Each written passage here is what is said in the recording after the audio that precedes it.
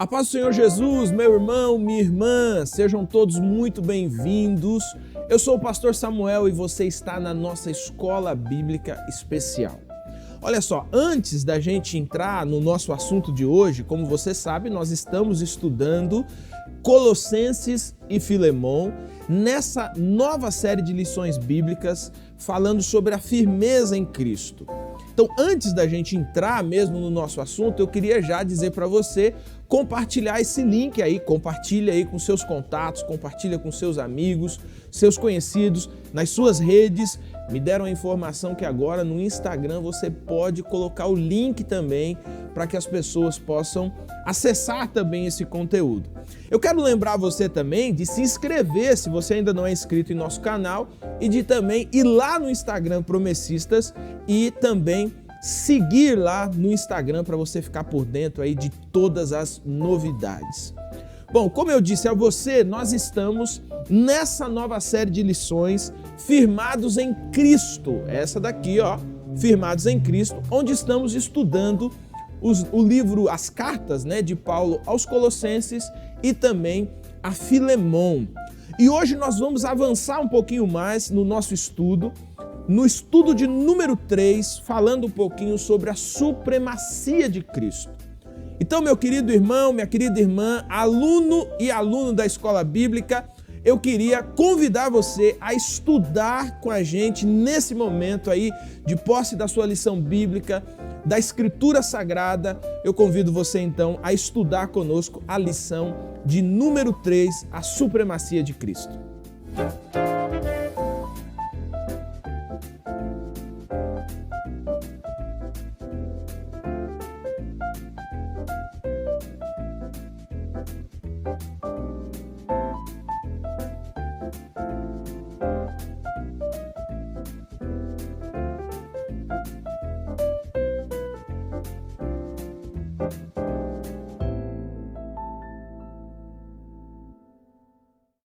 A carta de Paulo aos Colossenses, você já ouviu um pouco, né, dessas explicações, né? Tivemos as duas primeiras lições com o pastor Eleilton, que também é o editor dessa série de lições, mas a carta de Paulo aos Colossenses, ela fala sobre a supremacia de Cristo. Essa lição de número 3 nós poderíamos considerar como sendo o cerne mesmo, o centro da carta de Paulo aos Colossenses, porque é uma carta escrita justamente para testificar, para reafirmar a supremacia, a eficiência da obra de Cristo, assim como a necessidade que todo cristão tem de manter a sua vida exclusivamente em Cristo. A carta aos Colossenses, ela foi escrita ali por volta do ano 62, 63, e como você já viu aí na introdução da nossa lição, Paulo está preso em Roma, e é de Roma que ele escreve, né? Alguns vão sugerir que há uma sequência de escritas, porque ele vai escrever a carta aos Colossenses, ele escreve a carta aos Efésios, ele escreve a carta a Filemão e também a carta aos Filipenses. Ele vai escrever desse período de aprisionamento. A carta que Paulo escreve aos Colossenses, ela tem uma peculiaridade.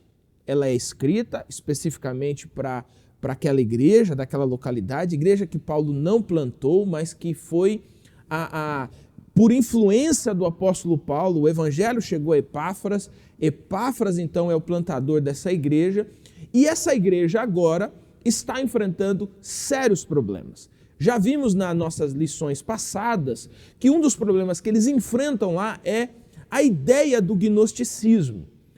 Obviamente que não dá para falar do gnosticismo como toda a ideia, como toda a filosofia gnóstica, porque ela vai surgir depois do ano 150. Mas aqui em Colossenses a gente percebe claramente o que alguns estudiosos chamam de proto-gnosticismo, ou seja, a base da ideia que vai ser a tomada pelo gnosticismo está presente aqui. E o apóstolo Paulo, então, escreve para combater essa ideia. Uma segunda questão importante que aparece aqui, eu estou apenas relembrando você, é que toda essa heresia que entra na igreja, ela atinge de maneira frontal a pessoa de Cristo. De alguma forma, ela mexe com a pessoa de Cristo. Vale lembrar que essas pessoas aqui, esses crentes em Colossos e alguns que também estão entre nós, eles não têm problema com a pessoa de Cristo. O que às vezes acontece é justamente tirar ou acrescentar alguma coisa da pessoa de Cristo. Nesse caso, especificamente em Colossenses, o que eles estavam fazendo? Eles estavam considerando, ok, Cristo fez a obra, você se rendeu a Cristo, mas você precisa de algumas coisas a mais para que a sua salvação seja firmada. E aí nós já vimos ali, e estamos ainda no primeiro capítulo, né? E Paulo vai tratar isso também no capítulo 2, que são as luas novas, as festividades judaicas, os dias especiais judaicos, algumas dietas especiais que haviam dentro desse asceticismo, e por conta disso, Paulo escreve para corrigir esses detalhes dessa igreja.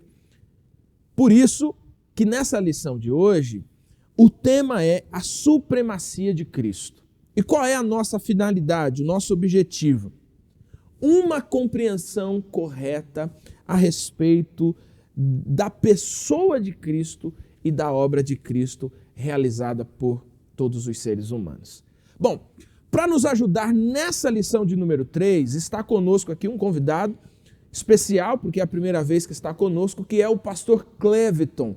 Pastor Cleveton, que além de meu amigo, trabalhamos juntos ali na IAP em Jardim Mabel. Ele é pastor da IAP em Jardim Mabel, aqui na Zona Leste de São Paulo, e hoje vai nos ajudar nas respostas aqui da lição de número 3. Pastor Cleveton, seja muito bem-vindo, é um privilégio mesmo, uma alegria ter você aqui com a gente e que esse momento nosso seja abençoador.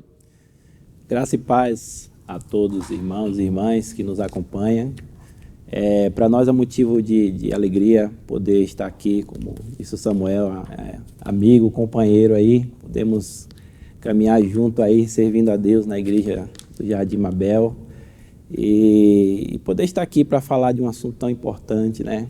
Falar de Jesus é algo muito extraordinário, muito edificante. Apesar de a gente já conhecer, mas quando você volta a tratar, isso traz uma edificação no nosso coração que é difícil de descrever em palavras, né? E a gente quer poder contribuir hoje com a Igreja de Deus falando a respeito desse assunto.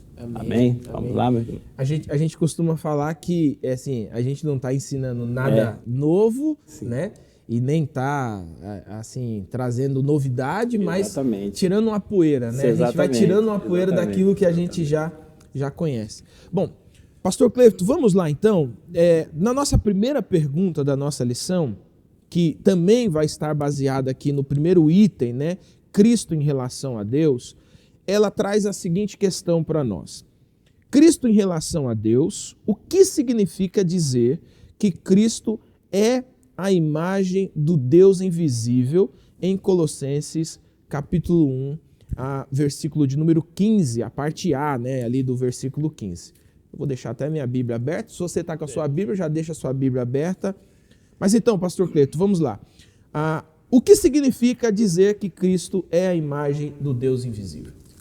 É importante ressaltar, né, como já está implícito aí na lição, que Deus ele é espírito, né? Deus não pode ser percebido pelos nossos sentidos naturais, pelos nossos olhos, mas conforme o texto nos diz aqui, Jesus ele é a imagem do Deus invisível, né? Foi Jesus que nos capacitou a ver Deus como Ele é, né? Jesus ele é Deus em ação, né? Cada ação de Jesus revela o Pai a nós, né? Deus ele se manifestou em outros momentos, né, como na antiga aliança aparece, né, as teofanias de Deus, de manifestações de Deus. Deus aparece a Abraão, não é? Mas nada se compara à revelação do Pai que Jesus trouxe no Novo Testamento, né? É interessante que em várias passagens da Bíblia, parece que Jesus ele dá essa ênfase, né? Ele sempre procura trazer para nós essa ênfase. Olha, preste atenção, eu não venho fazer a minha vontade, eu venho fazer a vontade do Pai, não é? Em João 4, quando ele conversa com a mulher samaritana, lá no versículo 34, ele diz assim que a comida dele é fazer a vontade do Pai e realizar a sua obra, né? No diálogo dele com Felipe, em João 14, né? Quando Felipe pede para que ele mostre o Pai, ele, como assim? Eu estou há tanto tempo convosco, né? E ele faz menção exatamente das obras dele que revela o Pai para nós. Então Jesus, de fato, ele é a imagem do Deus invisível, né? Quando você olha para Jesus, é o mesmo que você vê o Pai em ação, né? A vontade do Pai. E ele no Evangelho, ele procura sempre frisar isso em vários momentos, né, do Evangelho. Se a gente prestar atenção, ele repete muito isso. Eu não venho fazer a minha vontade, eu venho fazer a vontade do meu Pai. Eu não faço por mim mesmo, aquilo que eu vejo o Pai fazer, isso eu faço. Então Jesus, ele consegue trazer isso para nós, né? Seria semelhante, né, uma ilustração aí que eu poderia trazer em relação a isso, é que a gente lê os relatos bíblicos, é uma coisa, mas quando você assiste um filme daquele mesmo relato, isso traz uma visão, nossa, eu não tinha me atentado para esse detalhe e tudo. Surgem novas imagens. Exatamente. Né? Não é? Então Jesus, o verbo que se fez carne e habitou entre nós, ele traz essa visão que antes nós não conseguíamos ter do Pai. Não é? Então Jesus, ele é a imagem do Deus invisível, né? E Paulo fala isso, não é? Paulo fala isso escrevendo aos Colossenses, né? Isso é muito realmente interessante para nós. Uma coisa legal, você citou aí o texto de João, né? Uhum. João 14, né? Isso. Quando naquele diálogo mostra-nos o Pai, né? Isso. E é interessante porque a própria lição fala sobre essa ideia das teofanias, né? Então você tem no Antigo Testamento teofania, cristofania, né? Você tem essas que o que é uma teofania, tá, irmão? Só para a gente tentar lucidar aqui. Vem da junção das duas palavras, né? Teo e fania, né? Que é quando teofania é quando Deus toma uma forma humana, tá? Quando Deus toma, e a gente vê isso claramente no Antigo Testamento, a gente vê em vários momentos essa manifestação, né? Forma humana não, quando Deus toma uma forma, né? Quando Deus se revela de alguma forma, né? Então você tem isso presente no Antigo Testamento. Mas na pessoa de Cristo a diferença é que é uma imagem encarnada, né? Exatamente. Cristo deixa então de ser aquela imagem invisível para ser uma imagem que pode ser vista, né? Por todos, né? Você pode pelos seus olhos naturais, você consegue perceber, né? O Pai falando, o Pai agindo, o Pai demonstrando os seus sentimentos, né? Suas afeições, seus desejos, através da ação de Cristo, né? Ele sempre procurava frisar isso, que ele estava revelando a vontade do Pai, o desejo do Pai para conosco, né? Então ele realmente se tornou a imagem visível do Deus invisível, né? Ele revela o Pai para nós, né? Eu li uma vez um autor que ele dizia que Deus, ele torna, em Cristo, Deus torna real, né? Deus torna visível aquilo que antes era só essa ideia do espírito, né? O que é um espírito? Você não toca, você não vê, você, né? E Cristo não, Cristo pode ser tocado, Cristo pode ser visto. Os pés de Cristo pisam em lugares, né? Então, essa ideia, né, de Deus que toma uma forma humana para habitar entre nós, né, como diz lá o capítulo 1 de João, é um negócio que não existe em nenhuma ideia mitológica de deidade, enfim, não existe essa ideia de um Deus que se faz homem. Né? É exatamente o contrário, né? Exatamente o contrário. O homem quer se tornar Deus, né? Ele quer assumir uma posição superior. No nosso caso é diferente, né? É o Deus que se faz homem, se identifica com nós, né? Para se revelar a nós, né? Legal. Isso é muito interessante. Bom, a nossa segunda questão, então, ela vai tratar um pouquinho dessa outra afirmação que aparece aqui no capítulo 15, no versículo 15 do capítulo 1 de Colossenses, que é uma expressão, né? Que fala que ele é o primogênito de toda a criação, né? Então, qual é, pastor Cleveton, o sentido dessa expressão que afirma que Cristo é o primogênito de toda a criação, né? Uma vez que várias heresias já foram criadas em torno disso. Exatamente, né? É importante a gente frisar isso, né? Até hoje ainda tem essa questão, né? Existem aqueles que usam até o texto de Apocalipse, né? Que ele é o princípio da criação de Deus e tal, para tentar diminuir a pessoa e a obra de Cristo. E a gente percebe que isso não é novo, né? Sempre houve, sempre existiu. Mas na abordagem de Paulo exalta Cristo, mostra que, na verdade, ele é antes de tudo, né? Ele é anterior, não é? Ele na verdade, ele é o sustentador, é ele que cria, é ele quem mantém a criação. Então, Paulo aqui está, na verdade, enaltecendo a pessoa de Cristo e a obra de Cristo. E o próprio contexto do texto, né? Nos diz isso, né? Nele foram criadas todas as coisas, nos céus e na terra, todas as coisas foram criadas por ele e para ele, não é? Então, a ênfase do apóstolo Paulo aqui é de exaltação, não é? A pessoa de Cristo, nunca diminuindo, né? Porque até mesmo a proposta dele aqui é desconstruir o que estava sendo disseminado pelos falsos mestres ali, tentando diminuir a pessoa e a obra de Cristo, e Paulo aqui vem corrigindo esse erro e mostrando que Cristo ele é o Criador, ele é o sustentador e ele é antes de tudo, né? E de modo nenhum ele está aqui defendendo que Jesus é a primeira criação ou a mais especial. Pelo contrário, ele coloca Jesus como sendo Deus Criador e o sustentador, que tudo subsiste nele e para ele. Então, é nesse sentido aqui que o apóstolo Paulo, ele coloca Jesus aqui como primogênito. Legal. Eu tive um professor que ele dizia que ninguém existe sem Cristo, né? E aí ele brincava assim com a gente na sala, ele dizia assim, ó, você, por exemplo, você não existe. Você só existe porque Cristo entrou na sua vida.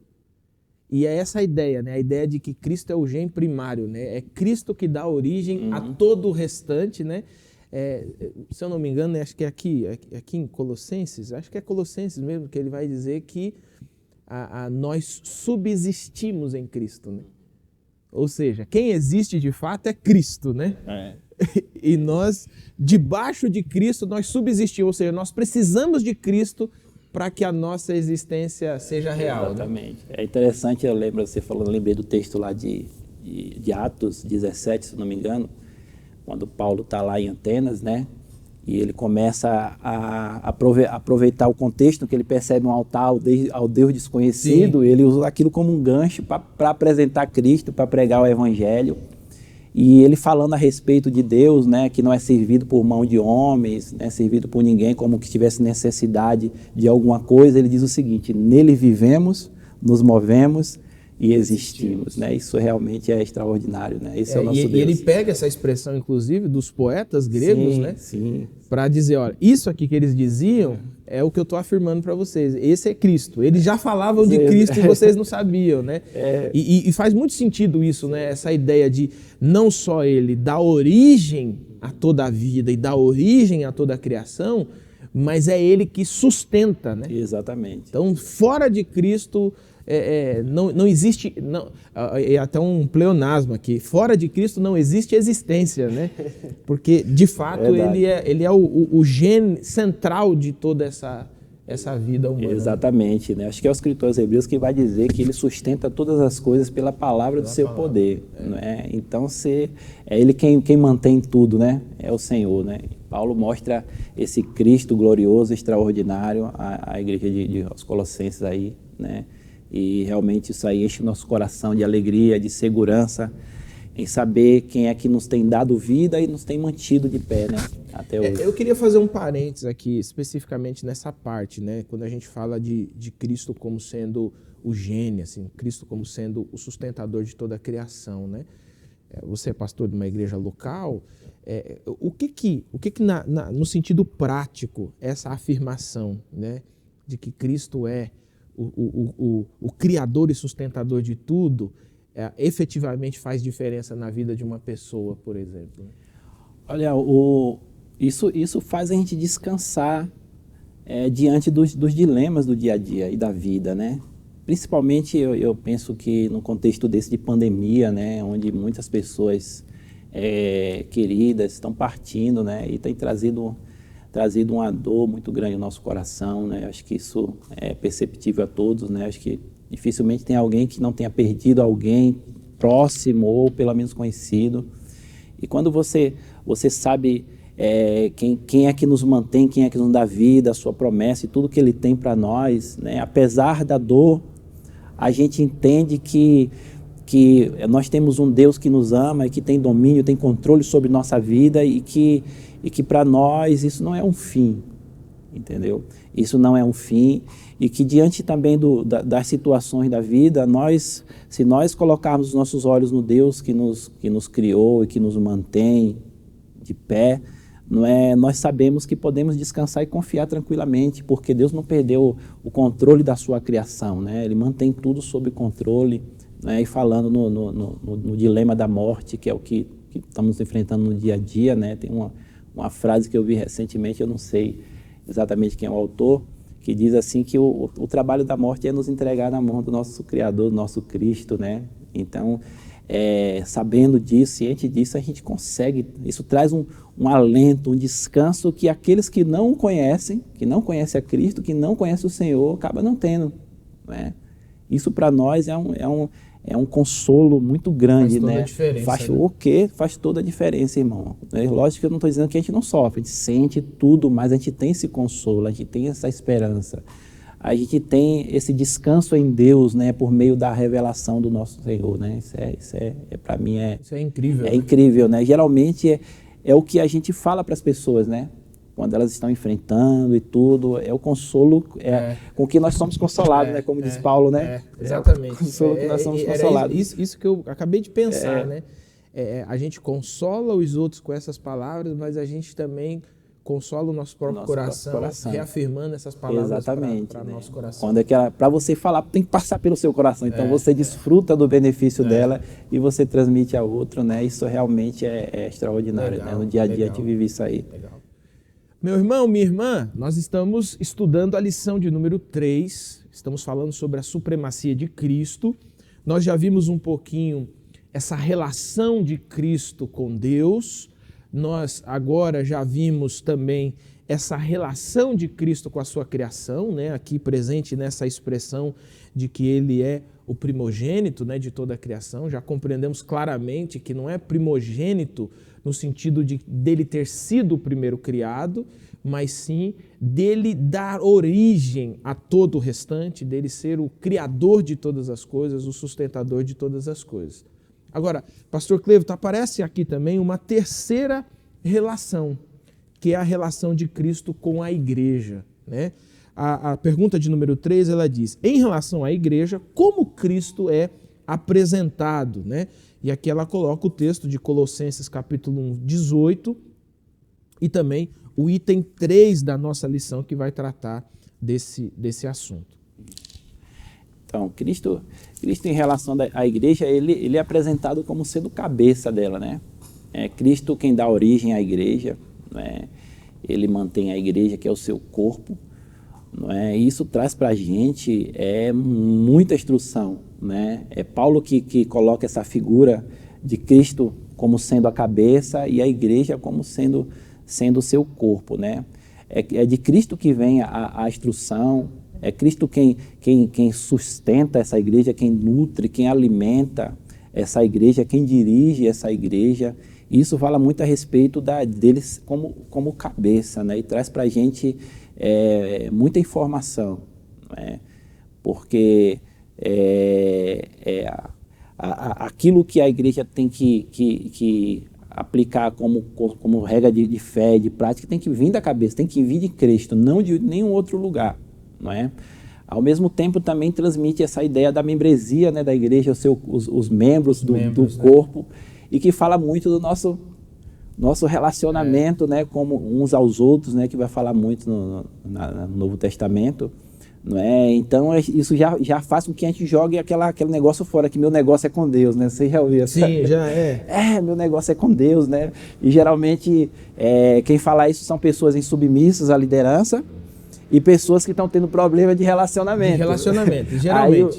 Aí uma forma de defesa, é porque meu negócio é com Deus e não com homens e tal, só que aí abandona totalmente o ensino bíblico. Eu comentei aqui uma vez, em uma dessas lições, eu comentei assim, um pastor que estava animado para tá revitalizando a igreja dele e tal, e aí ele falou assim, essa igreja vai ser revitalizada, nem que para isso eu tenha que passar por cima de todo mundo. Pô, já deu errado, essa revitalização já deu errado, né? Porque de fato é essa ideia, né? Desconsidera as pessoas para... E quando nós olhamos para a Bíblia, no ensino do Evangelho é totalmente contrário, né? Ela mantém ali o cabeça que é onde vem as nossas diretrizes, né? De como lidar conosco mesmo, né? Com o nosso próximo e com Deus e com as pessoas. Então, nós vivemos um tempo onde tem esse movimento de desigrejados, né? Onde as pessoas querem ter uma vida cristã à parte da igreja, né, sem essa interação ou sem uma liderança, sem uma diretriz, é meio complicado em alguns aspectos, né? Então a Bíblia mostra a importância do corpo de Cristo, do cabeça e desse relacionamento, dessa interação, coisa que nós sentimos muito forte agora com esse período onde a igreja, não a igreja, né, mas a gente não pôde nos reunir. Houve um certo isolamento. Exatamente, né? A gente não pôde ter essa proximidade, né? A gente, puxa vida, que vontade de ver determinada pessoa, de dar aquele abraço, não é, o calor humano. E mesmo quando nós voltamos, muitas pessoas não puderam retornar, né? E essas pessoas falavam, nossa, que saudade da igreja, né? E nós percebíamos que não era saudade de Jesus, né? Era saudade... É relacional, né? Relacional, nós temos essa necessidade, não é? E Cristo, como cabeça da igreja, ele une pessoas diferentes, né?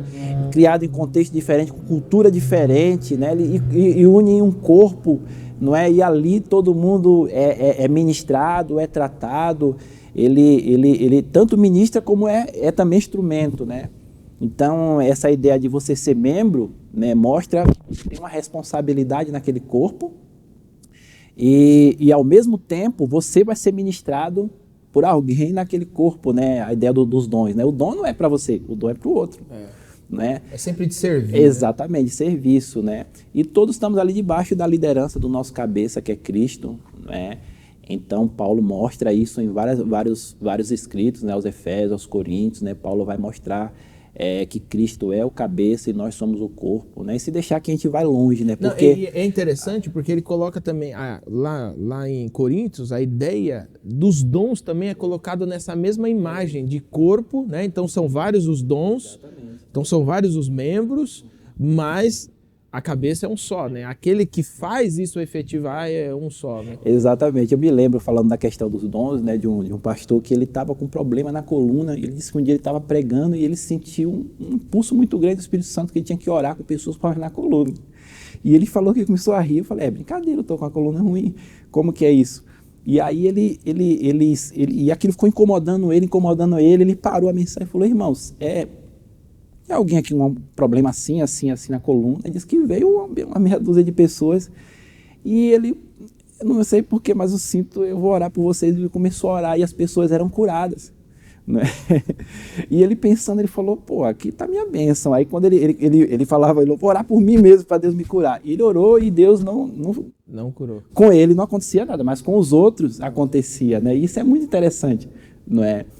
Mostra a nossa limitação, né? A soberania de Deus, a ação, que o dom é do Espírito, né? É Ele quem determina como vai ser e geralmente é para servir ao outro, né? Você vai precisar que alguém ore por você para que você seja abençoado. Isso mostra a interação, né, do corpo, a necessidade de a gente estar ali e ministrar um ao outro. E eu acho interessante, até nessa imagem que você colocou, que é a base. A base é uma só, né? Porque a cabeça é quem direciona. Exatamente. Né? A cabeça é quem dá a visão, quem dá o lugar. Então, a Bíblia deixa claro, e aqui no texto de Colossenses também fica claro, que Cristo é quem faz isso. Exatamente. Né? Na respeito dos dons, fica claro ali que é Cristo e o Espírito Santo que fazem isso. Exatamente. Né? Ou seja, ninguém tem domínio próprio, né? Somos dominados pelo cabeça que é Cristo. Né? Exatamente. Outra outra figura que eu acho, outra aplicação que eu acho importante a gente ressaltar é essa responsabilidade da igreja de revelar Deus ao mundo. Não é? Porque assim como Cristo revela o Pai, a igreja revela o Cristo. Não é? Às vezes a gente quer que Jesus faça as coisas, mas nós vamos entender que nós somos o corpo de Cristo. Não é? Eu me lembro de um livro que eu li, eu não recordo agora o tema, falava sobre missões, de um missionário que dobrou o joelho, né, e falando, Senhor, tenha misericórdia do mundo, dos perdidos, né? Eu não sei se é fato ou se é uma ilustração, mas diz que veio a resposta onde o Senhor falava, eu já tive misericórdia, agora você precisa ter também. A misericórdia de Deus foi deixar a igreja, né? Agora a igreja vai lá e faz o que tem que fazer. Exatamente, né? Deus revelou, Deus fez a obra no Calvário, né? Constituiu a igreja, que é o seu corpo, né? Ou seja, as mãos de Jesus, o corpo de Jesus é a igreja. Então, se as pessoas precisam ser alcançadas, precisam ser tocadas, nós, como membro do corpo de Cristo, debaixo da orientação da cabeça, que é Ele, precisamos nos mover, não é? Na direção do Espírito Santo e tocar essas pessoas e proclamar o Evangelho e tornar Cristo conhecido, não é? Tanto que Jesus, na oração em João, ele diz assim, nós temos que ser um para que o mundo creia, né? A nossa unidade, né, como corpo, como igreja, revela Cristo. Cristo, né? Você vê isso na igreja de Atos, né? Que eles perseveravam na doutrina dos apóstolos, na comunhão, no partir do pão e nas orações. E isso era percebido pela comunidade, né? De maneira que a cada dia o Senhor acrescentava à igreja aqueles que haviam de salvar, né? Ou seja, a vivência deles já era uma mensagem, né? A forma como eles viviam como igreja já pregava às pessoas, né? Já dava uma informação de que era diferente. Exatamente, né? Todos desejavam participar. Agora, e essa segunda parte do versículo 18 que fala sobre Cristo como o princípio e o primogênito dentre os mortos, né? Está aí no finalzinho aí na sua lição, no finalzinho do item 3 da sua lição, e a parte B, né, do capítulo 1, versículo 18. Porque Cristo, houve outras ressurreições, né? Porém, essas outras ressurreições que houve, as pessoas voltaram a morrer, né? Cristo não. Né? Cristo, ele ressuscitou e vive eternamente, né? Além do corpo glorificado de Cristo, né? Cristo ressuscitou de uma forma extraordinária, num corpo glorioso, de modo que a igreja estava reunida e Cristo entrava e saía. Um homem que tivesse ressuscitado, outras ressurreições que houve, inclusive na morte de Cristo, a Bíblia fala de santos que ressurgiram, né? E então, os sepulcros se abriram. Exatamente. Essas pessoas não entravam em lugares em ambiente fechado como Cristo entrava. Então, a ressurreição de Cristo é diferenciada, não pode ser comparada. Então, ele é o princípio primogênito da criação, né? É que você tem uma diferença, né, de uma ressurreição física, sim, né, do corpo, sim. Mas a ressurreição de Cristo, ela fala de um corpo, é um corpo ainda, sim, mas um corpo transformado. Sim, exatamente, né? Não é? O que os outros ainda não tinham, não experimentaram. Né? É tanto que vieram a morrer novamente, Cristo não. Né? Então, a ressurreição de Cristo é incomparável, né? Obviamente o primogênito, né? Bom, vamos então para a nossa última pergunta aqui. Nós estamos na nossa lição de número 3. E a última pergunta aqui do tópico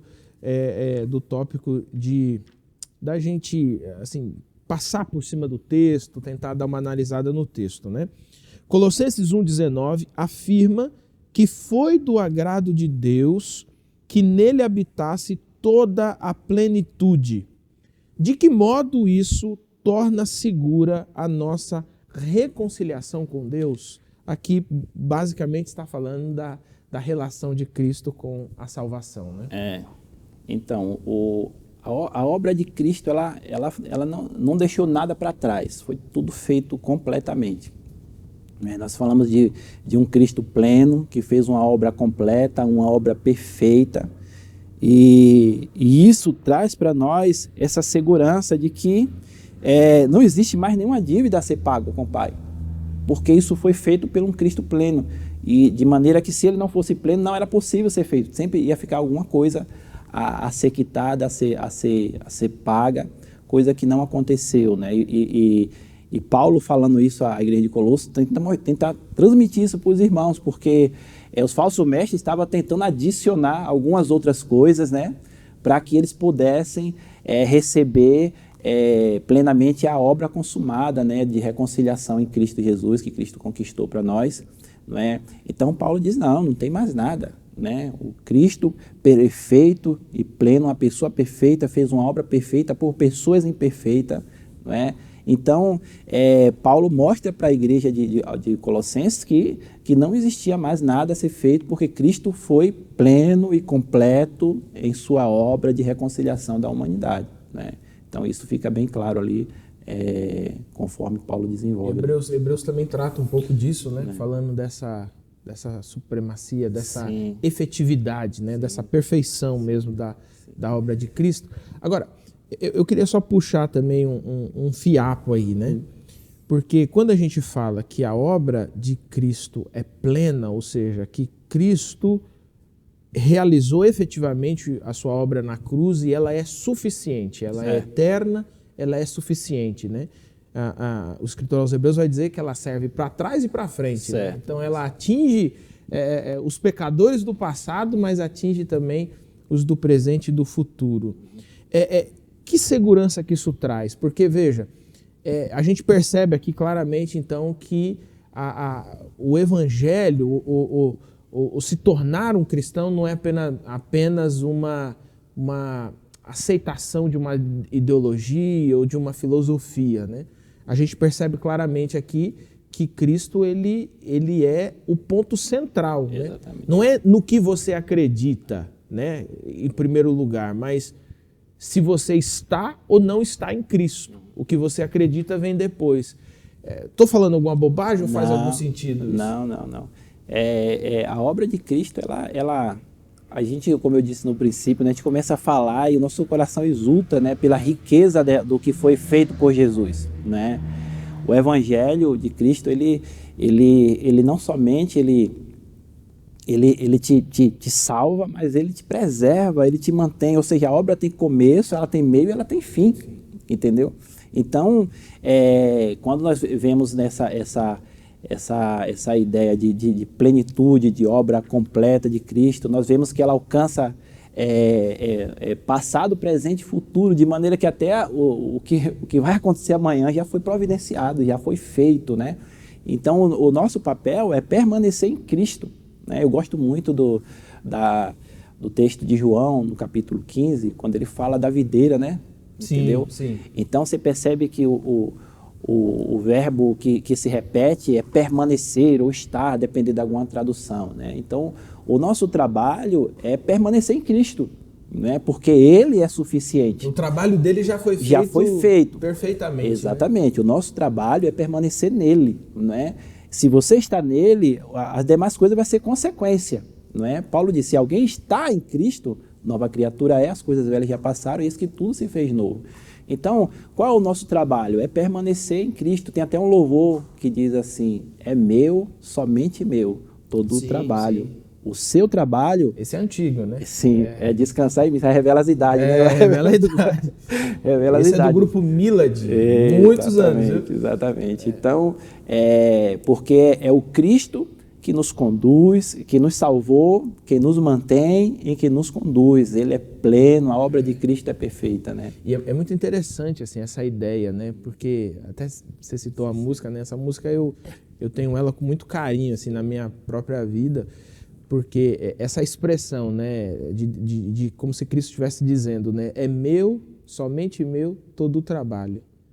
E aí inverte para a pessoa, né? E o seu trabalho é continuar em mim, né? Então, o meu trabalho é estar em Cristo. Certo. E o trabalho de Cristo é tudo, né? Então, Cristo faz tudo, efetiva tudo, e o meu trabalho é permanecer em Cristo. Né?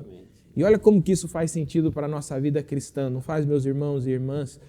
Permanecer em Cristo faz toda a diferença, toda a diferença. Eu costumo dizer assim que quando nós chegarmos diante do Eterno, quando nós chegarmos diante de Cristo na eternidade, algumas pessoas até se vangloriam, né? Eu vou dizer isso, eu vou falar aquilo, eu tenho isso, eu tenho aquilo, mas meu irmão, minha irmã, meu querido aluno e aluna, eu espero que quando você chegar diante de Cristo, o que você tenha a apresentar seja Cristo, seja Cristo. Você permaneceu firme em Cristo. Porque o Evangelho é é um tipo de vida que não importa como você começa. O mais importante é como você termina. Não é como começa. Existem pessoas que começam bem, né? Às vezes o pessoal até comenta assim, eu já nasci numa família cristã, eu já nasci na igreja, eu fui criado na igreja. Começou bem, mas termina mal. Mas tem outros que já teve a vida toda arrebentada, degringolada, família desestruturada, fez tudo que era mal, tudo que era ruim, mas um dia conheceu Jesus. É aquele hininho, né? Como é que é? Havia um homenzinho torto que andava na... Porque quando a gente não tem Cristo, a gente é torto, mas tudo é torto. É tudo, absolutamente tudo. Mas quando Cristo nos endireita, tudo passa a ser endireitado. Exatamente. Então, meu irmão, que naquele último dia você tenha Cristo. Você não precisa apresentar sua credencial, você não precisa apresentar o que você fez ou deixou de fazer, né? Como Jesus fala lá em Mateus, né? Expeli demônios, falei novas línguas, profetizei no seu nome, nada disso. Que você tenha Cristo para ser apresentado. Olha, está aqui, a minha vida foi permanecer em Cristo Jesus. Pastor Clefton, nós vamos caminhar aqui para o final, e no final a gente tem essa ideia da vida em foco, que é uma ideia de aplicação de tudo isso que nós estudamos aqui. E essa aplicação que está aqui no número 5, na pergunta 5, diz, faz sentido, e aqui é para nadar de braçada, né? Faz sentido nos sentirmos culpados por algo que fizemos ou deixamos de fazer antes de termos sido reconciliados com Deus? Sentido nenhum. Pelo menos não para quem conhece o Evangelho, para quem conhece a Cristo. Não é? A Bíblia ela vai falar bastante a respeito do inimigo de Deus, que é o diabo, e chama ele de acusador. Né? E geralmente ele se aproveita da falta de conhecimento de alguns a respeito da obra de Cristo, do Evangelho, para jogar a gente para baixo, né?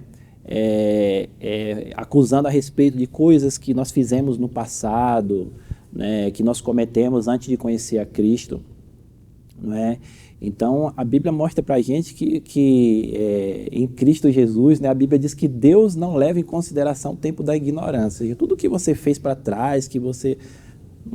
é tudo quitado. E nós podemos ir além. Né? Até mesmo agora em Cristo Jesus, né, o Evangelho providencia para nós um meio de estar sempre colocando em dia a nossa situação diante de Deus. Né? De maneira que agora em Cristo... Não é? Você vai sentir sim peso quando você cometer erro, e isso é uma bênção, irmãos. Né? Eu li um livro uma vez onde o autor falava de irmãos que ficavam repreendendo o Espírito Santo como se fosse o diabo, porque existe realmente o diabo é acusador, mas o Espírito Santo também em nós, ele está restaurando em nós a imagem de Deus. Então quando nós cometemos um erro, o Espírito Santo que está em nós, que é providência da obra da cruz, ele também nos incomoda, né, que a Bíblia chama de tristeza segundo Deus. Né? Você sente aquele pesar, mas a proposta é para você se voltar para a cruz e receber dos benefícios da cruz. Convencimento, né? Do Espírito. Exatamente. Né? Você recebe ali os benefícios da cruz, como está lá em 1 João 1,9, né? Se confessarmos nossos pecados, ele é fiel e justo para nos perdoar os pecados e nos purificar de toda injustiça. Ou seja, você que está firmado no Evangelho, né, entende ele, você sabe que lá tudo foi providenciado. O que aconteceu antes de Cristo já foi pago. O que você cometer de erro agora também já foi pago, embora você tenha que ter um posicionamento, né, como o próprio Evangelho vai mostrar para a gente, de ir a Cristo, de confessar, e a alegria volta de novo ao nosso coração, né, aquele senso de perdão. Então, Paulo vai falar lá em Romanos, né, em Romanos 8:1, né, agora nenhuma condenação há para os que estão em Cristo Jesus, que não anda segundo a carne, mas segundo o Espírito, porque a lei do Espírito da vida em Cristo Jesus nos livrou da lei do pecado e da morte. Então, irmãos, nenhuma condenação há para os que estão em Cristo Jesus. Né? É importante no seu dia a dia, porque embora a gente tenha sido regenerado, a gente tenha sido salvo, nós ainda temos uma natureza corrompida. Né? Nós ainda temos que lidar com o pecado. Porque nós fomos salvos da condenação do pecado, mas nós não fomos ainda livres da presença do pecado. Então, pelo próprio Evangelho de Cristo, nós recebemos de Deus a direção de como lidar com ele de maneira correta. Então, o que aconteceu antes de Cristo já foi perdoado. O que acontece hoje no dia a dia, Cristo também providenciou o meio de nós recebermos perdão e a paz e a alegria de Deus voltar ao nosso coração. Então, olhamos para a cruz e vemos nela o sangue vertido que nos purifica de todo pecado. Então, nós vamos a Deus, confessamos o nosso pecado, recebemos esse perdão e a alegria de Deus volta ao nosso coração e a gente continua. E esse sentimento é uma manifestação da graça e da misericórdia de Deus, porque Deus nos ama, não é? Como Deus não quer que a gente se perca com o mundo, Ele toca-nos pelo seu Espírito e nos leva sempre à reconciliação. E isso é um benefício completo do Cristo pleno, que se entregou plenamente por nós e que está à disposição de todo salvo, não é? Então, nós temos um advogado para com Deus, né? Nós temos um intercessor dentro de nós, o Espírito Santo. Então, é abundante o que Cristo providenciou para nós. Então, não há porquê a gente ficar hoje sofrendo, penalizado por essas coisas. Porque tudo já foi pago, já foi feito por Cristo. Está cravado na cruz, né? Exatamente. Na linguagem de Colossenses, né? O que nós necessitamos é de um posicionamento de fé, não é? É igual aquelas pessoas que ela por exemplo, vou usar digamos que eu te ofendi, eu fiz algo, eu te ofendi, e eu venho para você, eu falo, Samuel, realmente eu pisei na bola, me perdoe.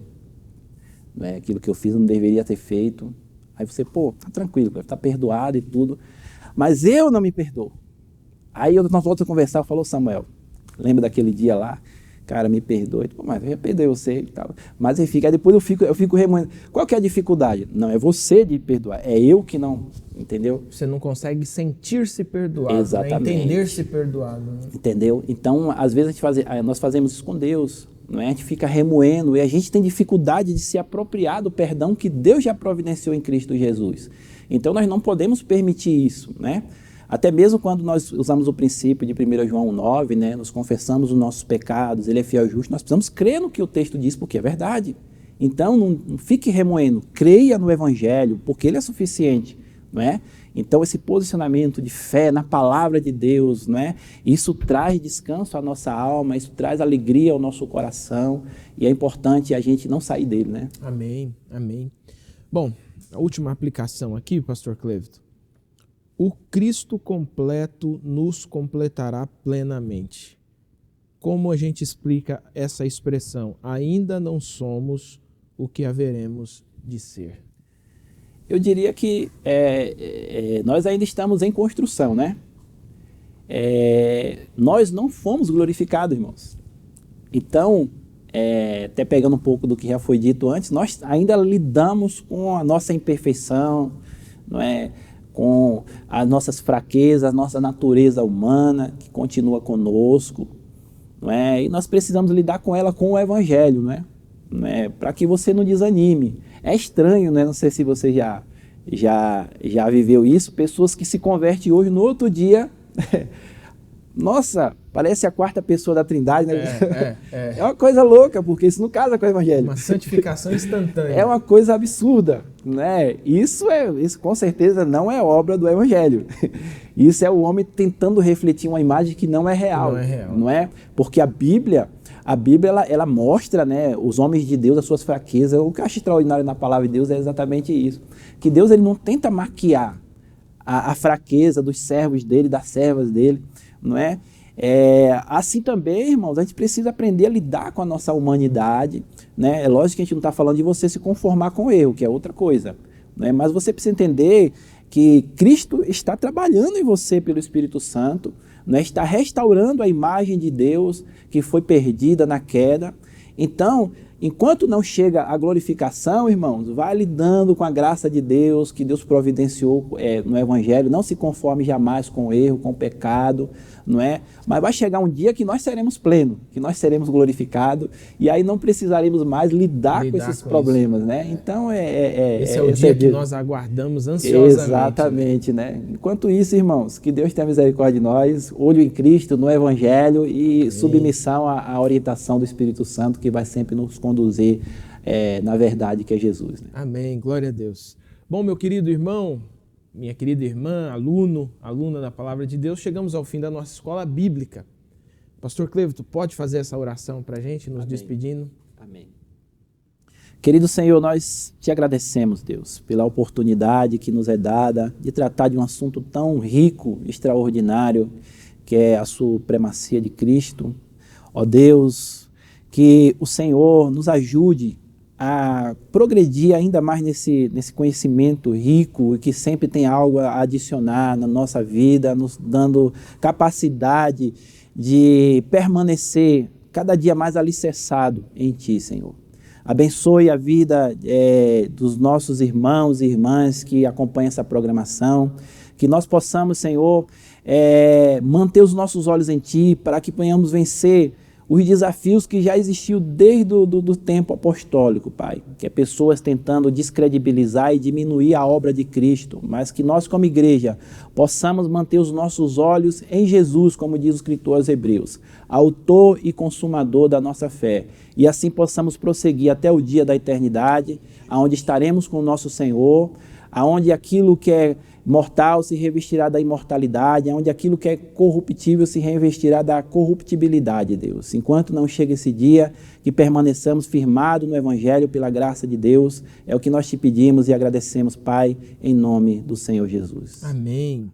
Pastor Cleverton, mais uma vez, obrigado. Amém, até a próxima. Amém. Meu querido irmão, querida irmã, que Jesus abençoe grandemente a sua vida. E olha só lembrando você, hein? Segunda-feira, texto com texto. Terça-feira, conexão feminina. Quarta-feira, nossa escola bíblica, óbvio. Essa você já deixou ali, o celular tá até avisando você. Quinta-feira, nós temos promessas de esperança. Sábado, a reprise da nossa escola bíblica. Entra lá na nossa rede social, Promessistas, lá no Instagram, coloca para seguir, para você ficar por dentro de tudo que acontece na programação da rede aqui Promessista, e aí dessa forma você não perde nada e tem a sua vida abençoada e edificada. Que Jesus te abençoe, até a próxima semana e bons estudos.